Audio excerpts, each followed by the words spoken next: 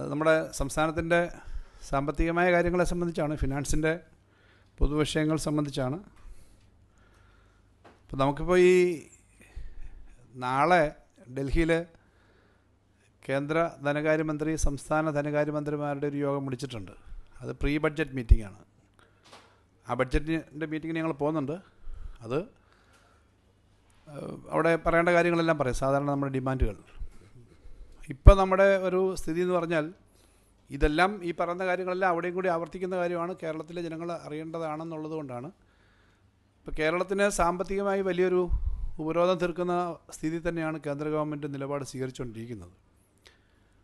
അത് ഏറ്റവും ഒടുവിൽ അത് രൂക്ഷമായത്, നമുക്ക് ഈ വർഷം ആകെ എടുക്കാവുന്ന ബോറോയിങ് സ്പേസിൽ അവസാനത്തെ ഒരു 3 മാസക്കാലം, നമ്മുടെ ജനുവരി, ഫെബ്രുവരി, മാർച്ച്, ഈ 3 മാസക്കാലം 12,000 കോടിയോളം രൂപയാണ് നമുക്ക് കിട്ടേണ്ടത്.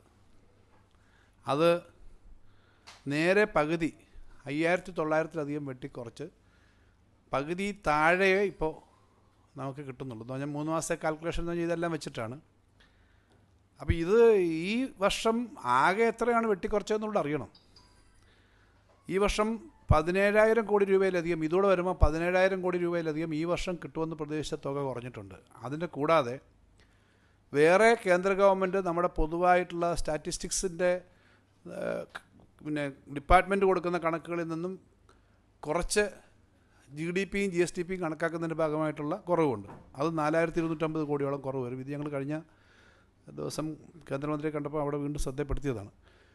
ഈ 17,000 കോടി എങ്ങനെയാണെന്ന് വെച്ചാൽ, നമുക്ക് നേരത്തെ തന്നെ കിഫ്ബിയും പെൻഷൻ കമ്പനി എടുത്തെന്ന് പറഞ്ഞിട്ട് ഓഫ് ബഡ്ജറ്റ് ബോറോയിങ് എന്ന നിലയിൽ മുമ്പെടുത്ത കടത്തിന് ഈ വർഷത്തെ നമ്മൾ ചിലവാക്കേണ്ടത് 4,700 കോടി കുറയ്ക്കുന്നുണ്ട്.